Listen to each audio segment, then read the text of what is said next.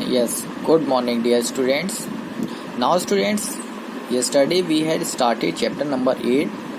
In chapter number 8, we have discussed on weather forecast. Now, today's term is climate. बात करते हैं climate की.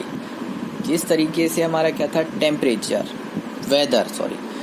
Weather को किस तरीके से इंडिकेट करते हैं. What is whether is the short period of changes time.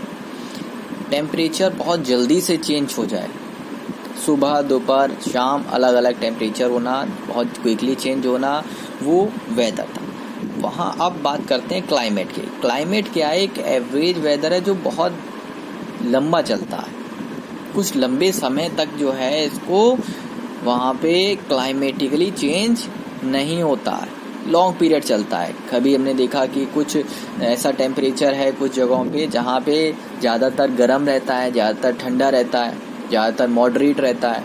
कुछ जगहें ऐसी हैं जो कई दिनों के बाद, कई सीजन्स के बाद चेंज होते हैं, और लगभग बहुत मैनी ईयर्स बात कर लें 20 ईयर्स तक जो है इसको रिकॉर्ड किया जाता है. फर्स्ट अब इसी के बारे में डिस्कस करते हैं. क्लाइमेट क्या है? तो in average pattern of weather का average pattern most of the year ये कैसे रहते हैं? Remains hot and cold and may be warm. This climate is warm climate. ये मोस्टली इंडिया में कहाँ पे ऐसा क्लाइमेट होगा? दिल्ली, हरियाणा, उत्तर प्रदेश, जहाँ पर हमने देखा गर्मियों में बहुत ज़्यादा गर्म हो जाता है, सर्दियों में ज़्यादा ठंडा हो जाता है.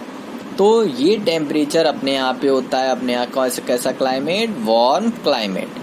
फिर कुछ प्लेसेस पे इफ प्लेसेस रिमेन्स हॉट और वार्म विद हैवी रेनफॉल, बहुत ज़्यादा बारिश होती है, बट कैसा होता है? हॉट और वार्म भी होता है, बारिश भी होती है. ऐसे ईयर्स ड्यूरिंग होल ईयर इस जगहों की जो क्लाइमेट है वो कैसा रीजन कहलाएंगे? Tropical region. अब ट्रॉपिकल रीजन में हैवी रेनफॉल होगी तो फॉरेस्ट भी होंगे, तो give rise and dense forest. Animals की पॉपुलेशन भी बढ़ेगी, प्लांट्स की बढ़ेगी, तो ऐसे रीजन्स कहलाएंगे ट्रॉपिकल रेन फॉरेस्ट. ये कहाँ पर होंगे? अब Tamil Nadu, Kerala, Karnataka and other southern states. Right students, ये पूरे के पूरे साल कैसे होंगे? गर्म होंगे. थ्रू आउट द ईयर गर्म ही रहेंगे. If places remains with high humidity अगर होगी और हैवी रेनफॉल्स होंगे तो ऐसा रीजन कहलाए. वहां पे कैसे होंगे? Warm, humid and extremely wet places. कहाँ पर ये होंगे? असम, मणिपुर, मिजोरम, मेघालय. बारिश होती रहती तो नमी है, ह्यूमिडिटी है. Okay students, if the place is neither hot during summer nor cold, ना तो ठंडा होगा ना तो गर्म होगा, ऐसा टेम्परेचर हमारा क्या है? वहाँ पे टेम्परेट रीजन में है. ये टेम्परेट रीजन जैसे कर्नाटक हो गया, बेंगलुरु हो गया, ये वहाँ पे क्लाइमेटिकली टेम्परेट रहेगा. इफ द प्लेस जहाँ पे हॉट एंड ड्राई होगा सैंडी सॉइल के साथ, वो रीजन कैसा? हमने देखा जो डेजर्ट रीजन है वहाँ सैंडी सॉइल है, बहुत ज़्यादा जो है गर्म रहता है, वो रीजन कहलाएगा हमारा डेजर्ट रीजन. और डेजर्ट रीजन इन कहाँ पर है? हमारे राजस्थान में है. नेम्ड एज, वहाँ पे क्या बोलते हैं उसको? थार डेजर्ट नाम दिया गया. If the weather of the place remains cold, अगर वहाँ पे हमेशा ही कोल्ड रहती है, ऐसे रीजन जहाँ पे कोल्ड हमेशा रहेगी, लंबे पीरियड तक कोल्ड रहेंगे, तो वो रीजन बन जाएंगे कोल्ड और चिली. वहाँ पे ये cold, chilly and snowy regions होगा. वो रीजन्स हमारे हिमालय रीजन्स होंगे, जो कश्मीर में जैसे हमने देखा वहाँ पे ठंडक ज़्यादा रहती है, पूरे साल ऐसे ही रहेगा. हिमाचल प्रदेश, उत्तरांचल, सिक्किम, ये कुछ रीजन्स है जहाँ पर रिमेन्स कोल्ड एंड स्नो. बारिश, वो स्नो भी गिरेगी, स्नोफॉल भी होगा. नेक्स्ट पॉइंट बात करते हैं नॉर्थ पोल और साउथ पोल पे। नॉर्थ और साउथ पोल अर्थ पे ये हमारे दो पोलर रीजन्स है। पोलर रीजन्स मीन्स यहाँ पर थ्रू आउट द ईयर हमेशा स्नो ही प्रेजेंट होगी, कभी स्नो नहीं खत्म होगी, वहां पे हमेशा ही रहेगी। वो रीजन्स हमारे पोलर रीजन्स कहलाएंगे। ओके स्टूडेंट्स, ये north pole and south pole पे प्रेजेंट होंगे। अगर इसके कंट्री की बात कर लेंगे तो कहाँ पे आइसलैंड है, ग्रीनलैंड है, स्वीडन, इन जगहों पे ऐसा रीजन्स होगा। नेक्स्ट बात करते हैं, next term is the factor affect climate of a place. अब फैक्टर कैसे अफेक्ट करेंगे, कौन कौन से फैक्टर्स हैं जो क्लाइमेट को डिफरेंट करेंगे। सबसे फर्स्टली बात करेंगे डिस्टेंस। सबसे पहले डिस्टेंस मैटर करता है कि सन से और वो जो लोकेशन है उसकी बीच की दूरी कितनी है।